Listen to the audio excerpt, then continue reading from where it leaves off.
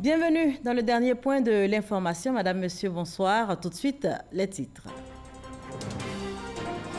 Le chef de l'État apporte son soutien à la communauté musulmane en ce mois de Ramadan. Le Conseil supérieur des imams a reçu ce matin à son siège à Treichville un don du président de la République, Alassane Ouattara.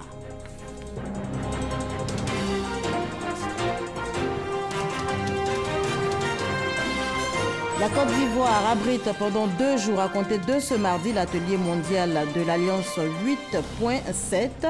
Cette rencontre, la deuxième du genre, se donne pour objectif d'éradiquer, entre autres, le travail forcé et le travail des enfants. Et c'est la première dame de Côte d'Ivoire, Dominique Ouattara, qui a présidé l'ouverture des travaux. Et puis le mot d'ordre de grève lancé par la coalition du secteur éducation-formation de Côte d'Ivoire n'a pas été suivi. Ce mardi 14 mai 2019, il y a bien eu cours dans les établissements scolaires de Côte d'Ivoire. Le constat dans ce journal. On démarre tout de suite avec cette information. Le président de la République, Alassane Ouattara, apporte son soutien à la communauté musulmane en ce mois de Ramadan. Le Conseil supérieur des imams a reçu ce matin à son siège à Treichville un don du chef de l'État, Alassane Ouattara, don remis au COSIM par Koné Drissa, c'est le conseiller spécial du président de la République en charge des cultes. On fait le point avec Pargassoro Koné. 345,2 tonnes de sucre et 339 tonnes de riz pour la communauté musulmane sur l'ensemble du territoire national, dont 68,3 tonnes de sucre et 66,1 tonnes de riz pour les mosquées du district autonome d'Abidjan, les structures islamiques et associations, et une enveloppe de 1 500 000 francs CFA. C'est le don du président de la République, Alassane Ouattara, aux imams et aux fidèles musulmans de Côte d'Ivoire, qui vise à soutenir la communauté musulmane pendant ce mois de jeûne de Ramadan. Il a été officiellement remis au responsable du Conseil supérieur des imams en Côte d'Ivoire, COSIM, par le conseiller spécial du président de la République chargé des cultes représentant le chef de l'État à cette cérémonie. Koné Drissa, profitant de l'occasion, a invité imams, guides religieux, prédicateurs et fidèles musulmans à multiplier prières et adorations pour la paix, la stabilité et le développement de la Côte d'Ivoire. Le message du représentant du président de la République, bien approuvé par les imams, qui ont tenu à traduire tous leurs remerciements et toute leur gratitude. Ce que le président a fait pour la communauté musulmane à l'occasion de ce mois béni, mois de Ramadan, c'est devenu une tradition. Tout le monde est content et tout le monde prie pour le président, prie pour le pays, prie pour les Ivoiriens, afin que les Ivoiriens s'entendent, afin que les Ivoiriens vivent dans la paix, dans la fraternité, dans la cohésion entre eux-mêmes.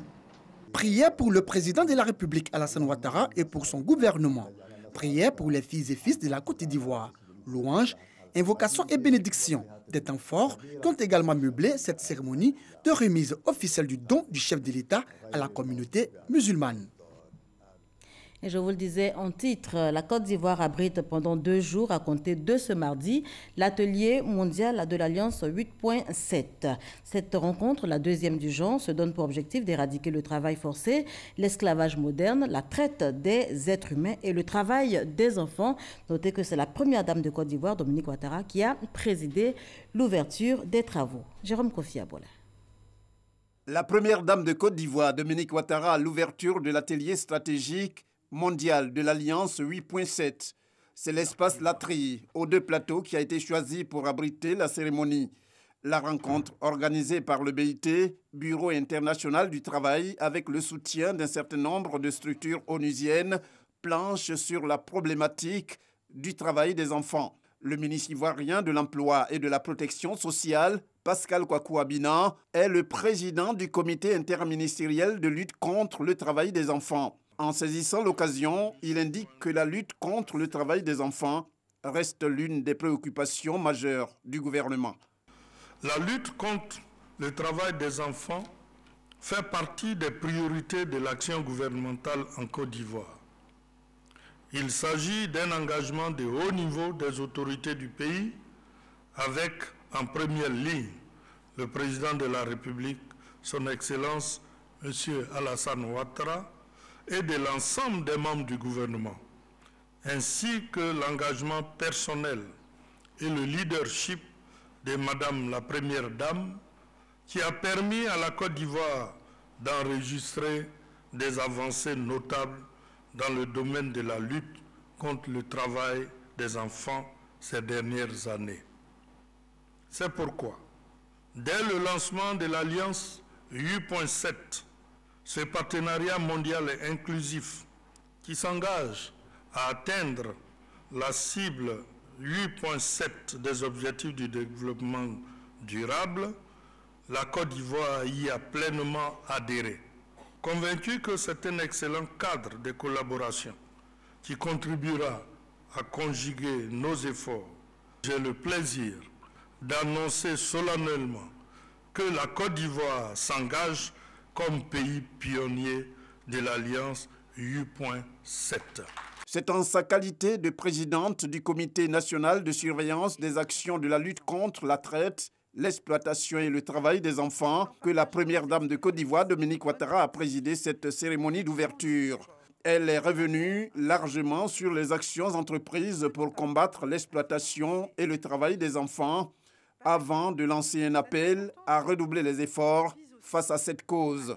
Depuis plusieurs années, nous avons entrepris de mener des actions rigoureuses pour éliminer l'exploitation et le travail des enfants dans tous les secteurs d'activité. L'objectif recherché étant de protéger tous nos enfants partout où ils se trouvent. À cet effet, le Comité national de surveillance que je préside, en collaboration avec le comité interministériel et nos partenaires, a mis en place 2 plans d'action nationaux de 2012 à 2017 et un 3e plan d'action 2019-2021 vient d'être finalisé. Ces plans nous permettront de réaliser de nombreuses actions dans les domaines de la prévention, de la protection et de la répression en phase avec les objectifs de l'Alliance 8.7.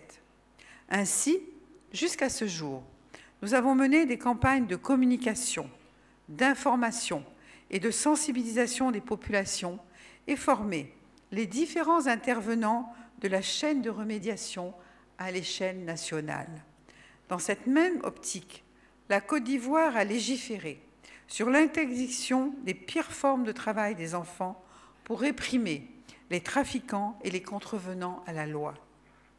Par ailleurs, je voudrais signaler que la Fondation Children of Africa, que je préside, s'est penchée sur ce problème et a entamé la construction de 3 centres d'accueil pour les victimes de ce fléau.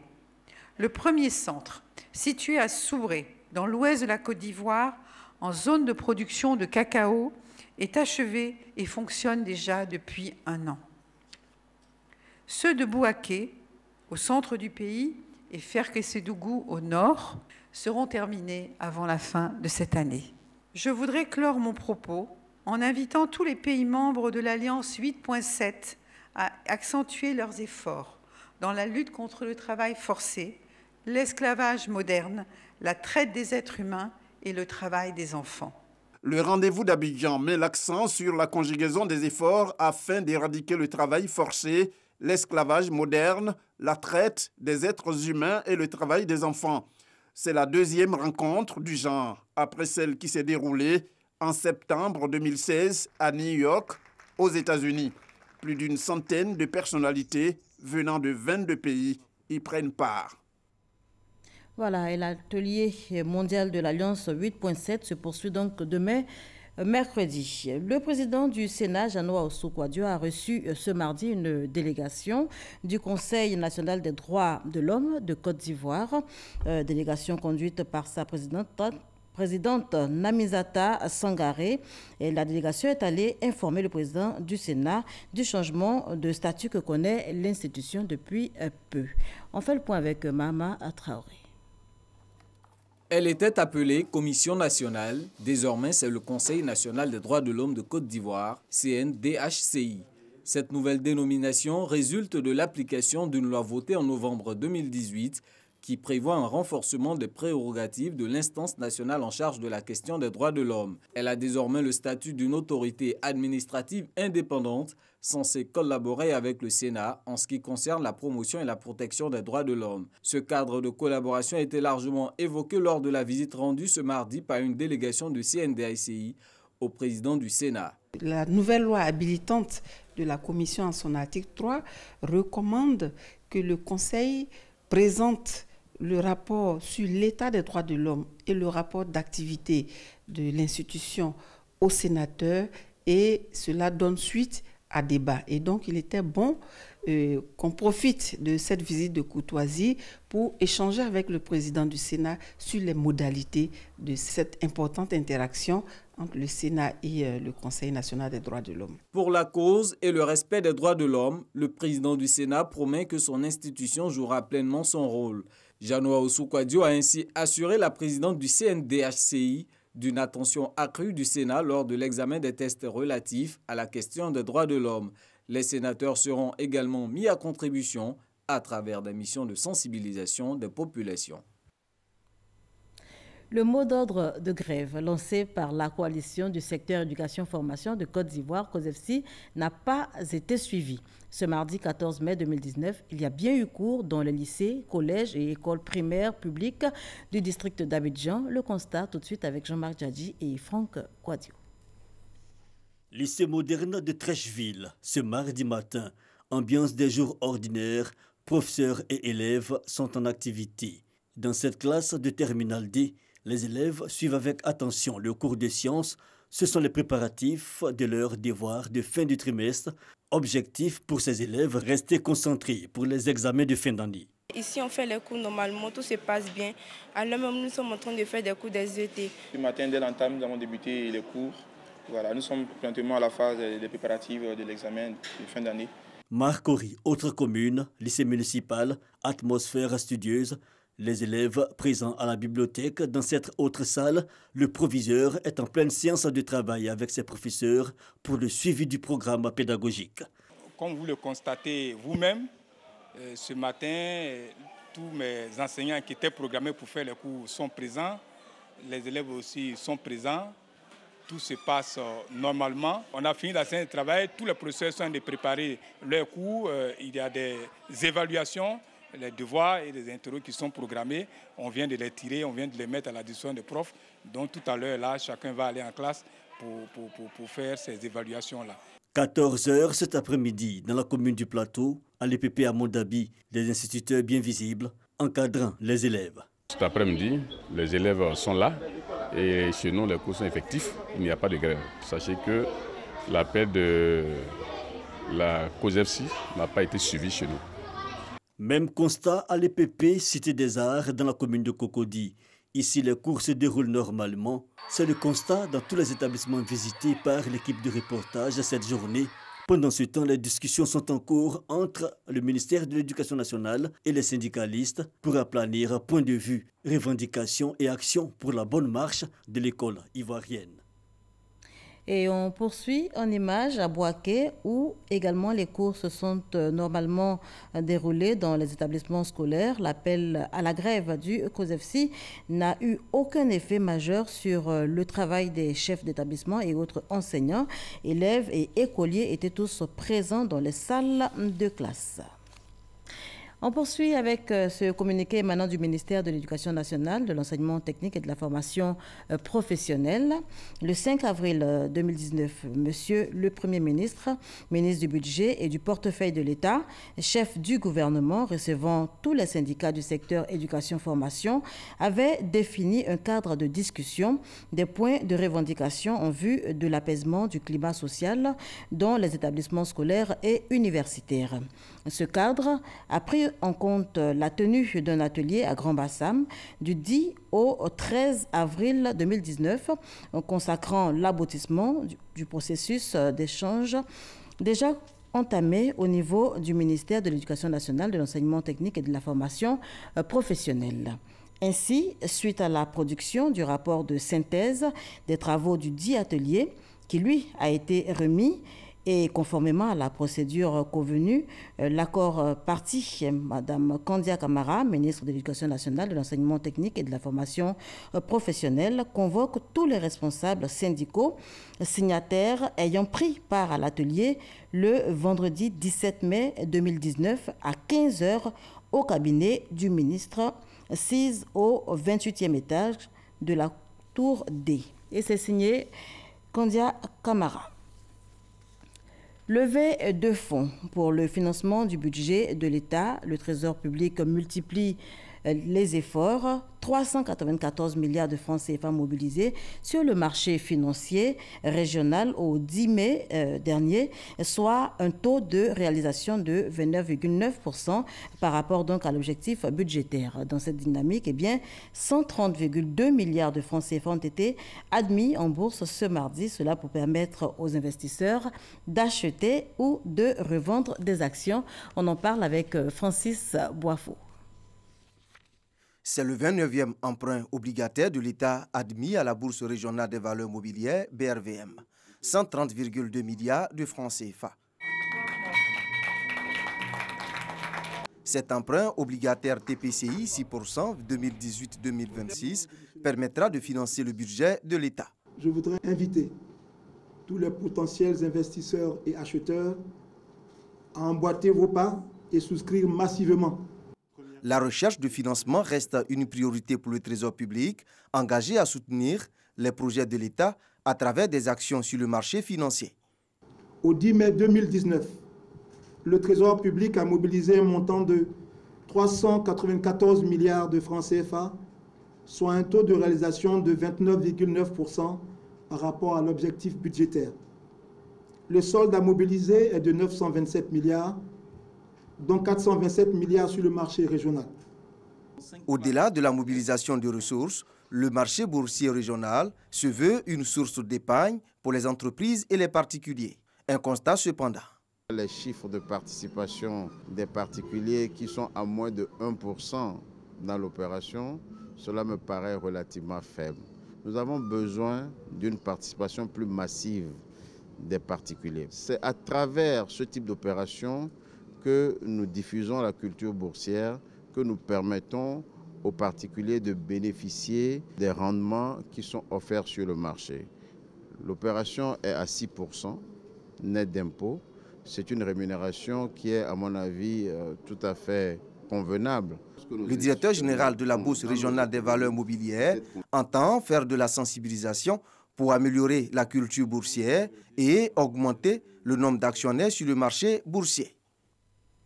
On s'intéresse à présent à la production risicole de notre pays. Dans le souci de combler le déficit en riz, la Côte d'Ivoire, avec l'appui de partenaires extérieurs, a initié plusieurs projets d'aménagement de bas-fonds. Au nombre de ces projets, l'aménagement hydro-risicole de Guiguidou, c'est dans la sous-préfecture de Divo. Ce périmètre couvre une superficie de 443 hectares. Aujourd'hui, c'est un exemple sur le chemin de la mécanisation. Et le dossier EcoPlus de ce mardi nous éclaire sur le sujet. C'est avec Lanciné Bakayoko.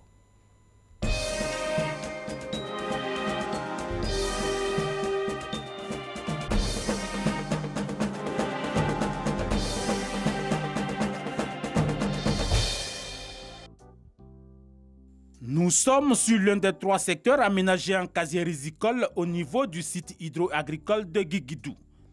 Ces femmes repiquent à la main de jeunes plants de riz sur cette parcelle. Dans ce carré, elles sont 8, mais le travail n'est pas de tout repos. Repiquer à la main, c'est fatigant. Pourquoi? La terre est argileuse. Donc, on finit toute la journée sur ça. Ici, des experts chinois ont appris aux paysans à maîtriser les nouvelles techniques culturelles du riz. Benjamin Semporé a intégré le projet en 2010. Aujourd'hui, il fait beaucoup plus dans l'encadrement.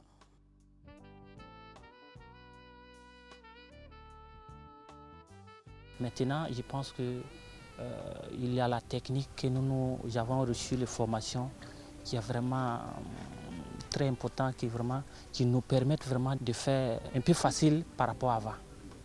2 barrages, dont celui-ci arrose les 3 secteurs d'une superficie totale de 443 hectares.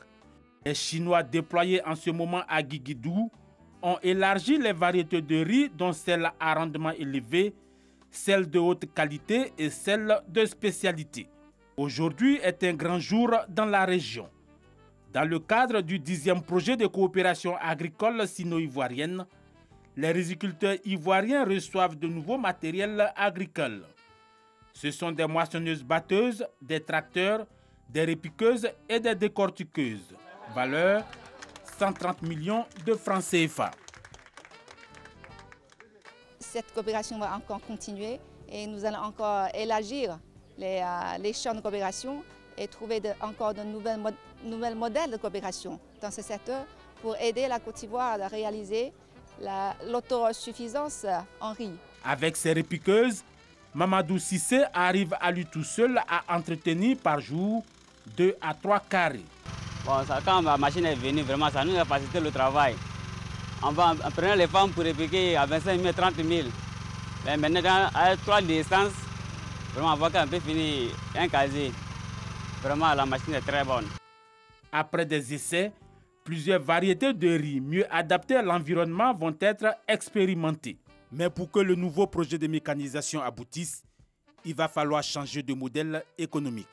On va amener les jeunes à créer des petites structures qu'on va équiper dans un premier temps. La période du labour est arrivée chez moi. Donc je lui fais appel, on fait un contrat, il fait le labour. Et je ne peux pas le payer maintenant, je le paye à la récolte. Et comme il va attendre pendant longtemps, l'usinier avec lequel il travaille peut déjà préfinancer l'activité qu'il aura faite chez moi.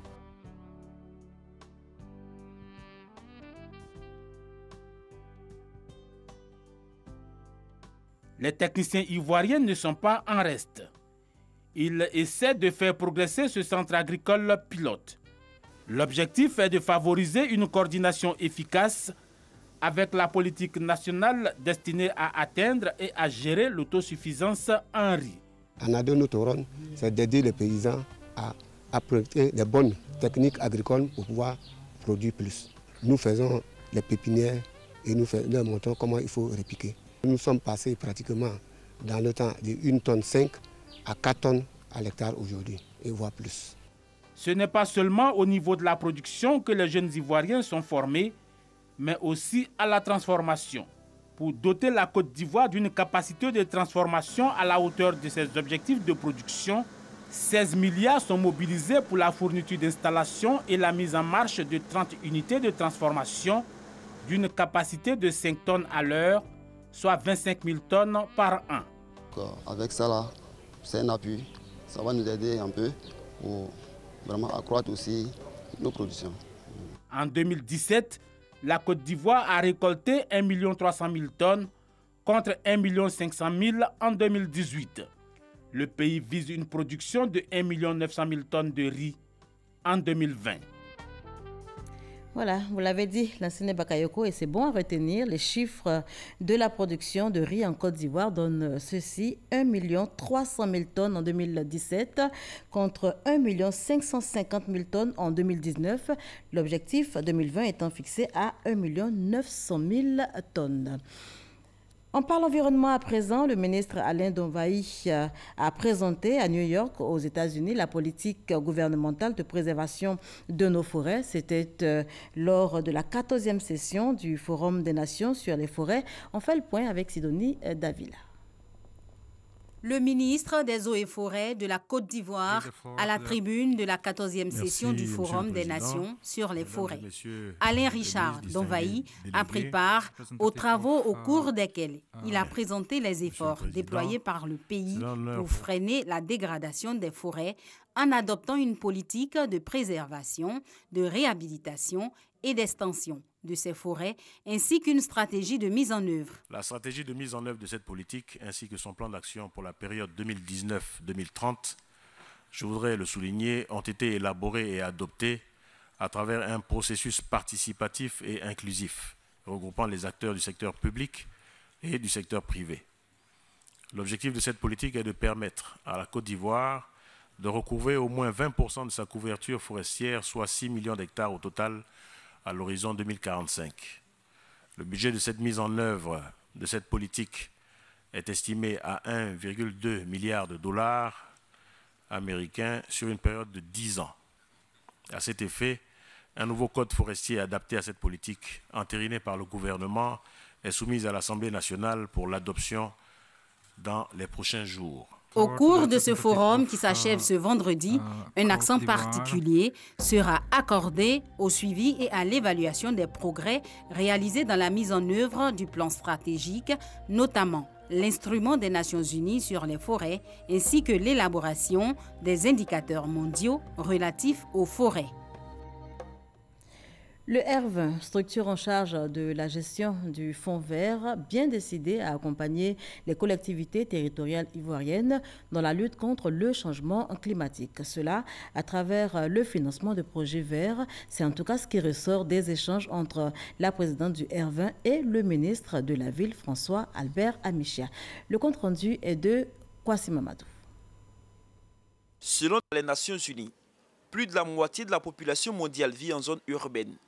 Et en 2050, si rien n'est fait, c'est plus de 80% de ces populations qui vont se retrouver en ville. Et la Côte d'Ivoire est fortement menacée par ce phénomène. Une situation qui n'est pas sans conséquences pour ces villes, qui s'agrandissent davantage. Au nombre de ces conséquences, il y a l'insécurité, le chômage et l'urbanisme. Et le groupe Atelier France veut accompagner la Côte d'Ivoire à faire face à cette situation. On a cet échange qui doit permettre d'avoir un atelier en Côte d'Ivoire sur la ville de San Pedro et qui doit permettre justement aux responsables à la fois locaux et nationaux de Côte d'Ivoire de préserver le développement de cette ville et de construire un schéma pour préparer l'avenir de San Pedro. Il s'agira de réunir des professionnels et des étudiants pendant une semaine pour réfléchir sur différentes thématiques, notamment la planification, l'architecture et l'environnement de la ville de San Pedro. L'autre personnalité reçue par le ministre de la Ville, Michel Saban, la présidente du R20, structure en charge du Fonds vert des Nations Unies. Cette institution est engagée à accompagner les collectivités ivoiriennes dans la lutte contre le réchauffement climatique. On faisait le constat que le réchauffement climatique et les incidents climatiques vont de plus en plus forts et ça devient de plus en plus grave. Et l'urgence n'est plus, le mot urgence ne veut plus rien dire. Il faut vraiment réaliser maintenant et en premier lieu, moi je pense qu'il faut former la population. Et moi, je suis prête à aider au niveau de la Commission européenne, voire même des commissions internationales. Le prochain sommet France-Afrique a occupé une place importante lors de ces différents échanges. Cette rencontre internationale va porter sur les villes durables. La Côte d'Ivoire, qui se veut leader dans ce domaine, voudrait pouvoir avoir tous les éléments, fédérer autour d'elle les éléments avec les autres pays, afin de faire porter la voix et de montrer l'importance de la ville dans le contexte africain actuel. Avec ses différents partenaires au développement local, le ministre de la Ville, François Albert Amichia, a également évoqué le séminaire international sur la formulation de la politique nationale de la ville, une rencontre prévue à Abidjan du 12 au 15 juin prochain. Et sur le terrain politique, les cadres du RHDP du département de Niakara sont en campagne d'information et de remobilisation des militants de leur formation politique. Une tournée à l'initiative du Premier ministre Amadou Gon Coulibaly. Et à cet effet, le ministre de l'Intégration africaine et des Ivoiriens de l'extérieur, Ali Coulibaly, est sur place pour remobiliser donc les éléments de base. Information et remobilisation des populations rurales de la région du Hambol en faveur du RHDP. Deux raisons à la base de cette tournée effectuée par les cadres du Niakara. L'arrivée très bientôt du président de la République, Alassane Ouattara, en visite d'État dans la région du Hambol et la remobilisation des populations. Stratégie du porte-à-porte adoptée pour une information de proximité dans les villages. Nous sommes commis en mission par le ministre Ali Coulibaly, ministre de l'Intégration africaine et des Ivoiriens de l'extérieur, et du Premier ministre Amadou Gon Coulibaly. Quand on a choisi, on ne change pas. À la venue d'Alassane nous a permis d'avoir l'électricité. Nous sommes derrière lui. Au début jusqu'à la fin, nous sommes derrière lui. Facteur de reconnexion des cadres aux populations, La tournée a permis aux messagers d'expliquer la vision du chef de l'État Alassane Ouattara pour le développement de la Côte d'Ivoire et le bien-être de ses populations. Depuis l'indépendance de Tafiré jusqu'à Niankara, en allant dans les villages de l'est de Niankara, tout comme à l'ouest, il n'y avait aucun village qui était éclairé. Aujourd'hui, 95% des villages sont éclairés. Outre l'information de proximité, de grandes rencontres avec les populations ont eu lieu également à Niankara, chef-lieu de département, et dans la commune de Tortilla. Le vœu le plus cher de la population aujourd'hui, c'est de recevoir le président Alassane Ouattara ici à Tortilla. Nous avons mis en place 4 équipes, ça s'est très bien passé. Au total, 22 villages visités. Dans ces différentes localités, les messagers du RADP ont pu recueillir les doléances des populations et s'assurer du soutien et l'attachement de celles-ci au chef de l'État Alassane Ouattara. Voilà les cas.